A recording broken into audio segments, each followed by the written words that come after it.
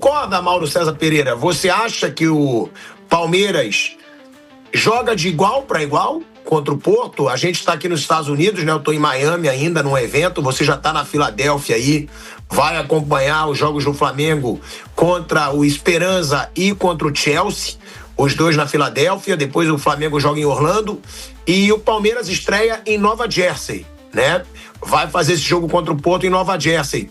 É o melhor grupo, Mauro, o do Palmeiras, que tem Inter, Miami e Al Hilal, que vão fazer a abertura, né, desse Mundial aqui em Miami. Al Hilal não, Al Ahly, desculpa. Inter, Miami e Al Ahly, e que tem também o Porto. É o melhor grupo para um brasileiro, Mauro César Pereira?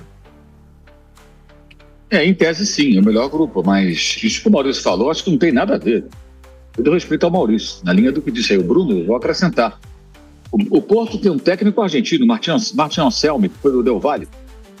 Não é nem um técnico português. Tem jogador espanhol, turco, brasileiro, argentino, várias nacionalidades, além de muitos portugueses, é claro.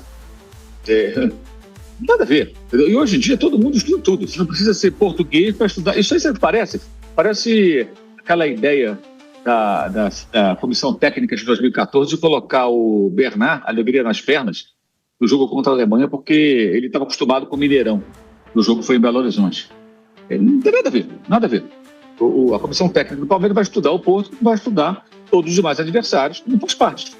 Como disse o Bruno, as referências que eles têm nos times do Porto que enfrentaram no passado, ficaram bem no passado. É pré-pandemia, né? Quando trabalharam no Braga, depois foram para o PAOK, de PAOK para o Palmeiras.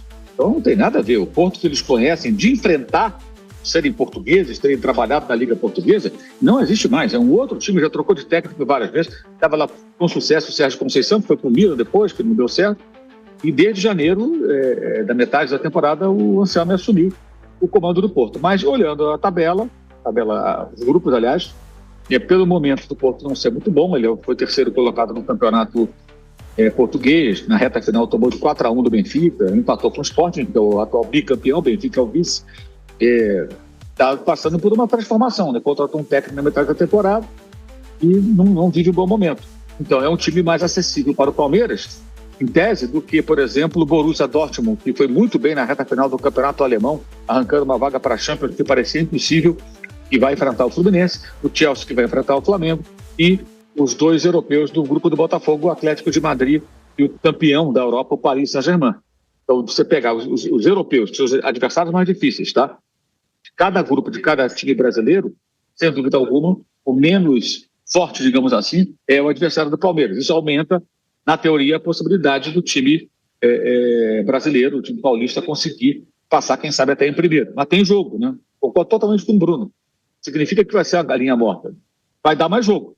Porque daria se, ao invés de cair o Porto na chave do Palmeiras, caísse o PSG, que caiu na chave do Botafogo. Ou o próprio Chelsea, que caiu na chave do Flamengo. E se classificou para a Premier League também, para a Champions League via Premier League, e ganhou a Conference, derrotando o Betis na final. São times mais fortes do que o Porto. Tudo na teoria, claro, mas não é muito difícil tirar essas conclusões. Mas a relação do fato de conhecerem, não conhecem mais esse Porto. Eles não enfrentaram essa versão do Futebol Clube do Porto. Esse é o ponto. Vão ter que estudar da mesma maneira que vão estudar o Al Ahly. E também é um time grande, hein? Tem muita torcida e tal. Cuidado, todo cuidado é pouco. Agora, tem essa questão, né, dos portugueses muitas vezes não valorizarem muito o Mundial e agora talvez o Super Mundial. Vocês acham que esse Super Mundial, por eles se enfrentarem, vai ser mais valorizado do que costumava pelos portugueses ou não, ou a mesma coisa? E outro, o fato de ser o Porto, um time que está em baixa, pode até ser um fator para o Porto se dedicar mais nesse Mundial do que os outros portugueses falar, pô, esse Mundial pode ser para a gente tentar dar uma volta por cima? O confronto entre Palmeiras e Porto no Mundial de Clubes promete ser um verdadeiro teste de fogo para o Verdão, que chega embalado por títulos nacionais e uma base sólida sob o comando de Abel Ferreira. Mas a pergunta que não quer calar é: o Palmeiras tem chances reais contra o campeão europeu?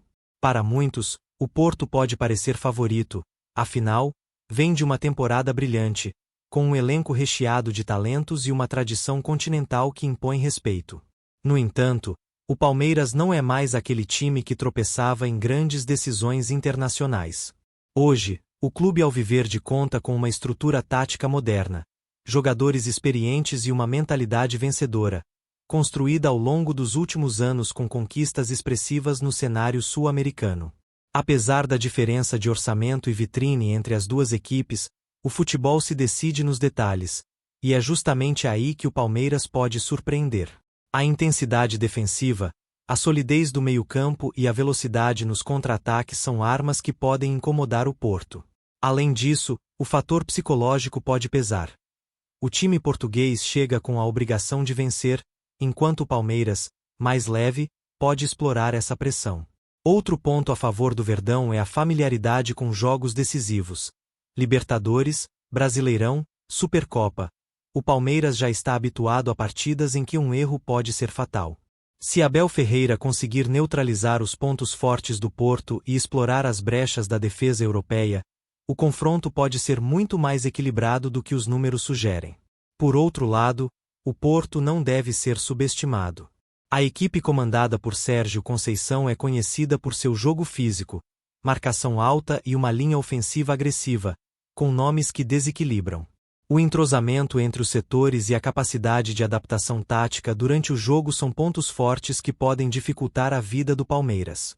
Mas vale lembrar, o futebol brasileiro, apesar das dificuldades financeiras em comparação com os gigantes europeus, ainda é celeiro de craques e estratégias inovadoras. E se existe uma equipe brasileira preparada para esse desafio atualmente, é o Palmeiras. O duelo não será fácil, mas chances existem, e elas passam por disciplina, estratégia e, claro, aquele toque de genialidade que só os grandes jogos conseguem despertar. A torcida alviverde pode sonhar, sim, com um resultado histórico. Não se trata de subestimar o adversário, mas de reconhecer que o Palmeiras vive um dos momentos mais competitivos de sua história. Com jogadores como Rafael Veiga, Endrick e Gustavo Gomes, o time tem talento suficiente para encarar qualquer gigante.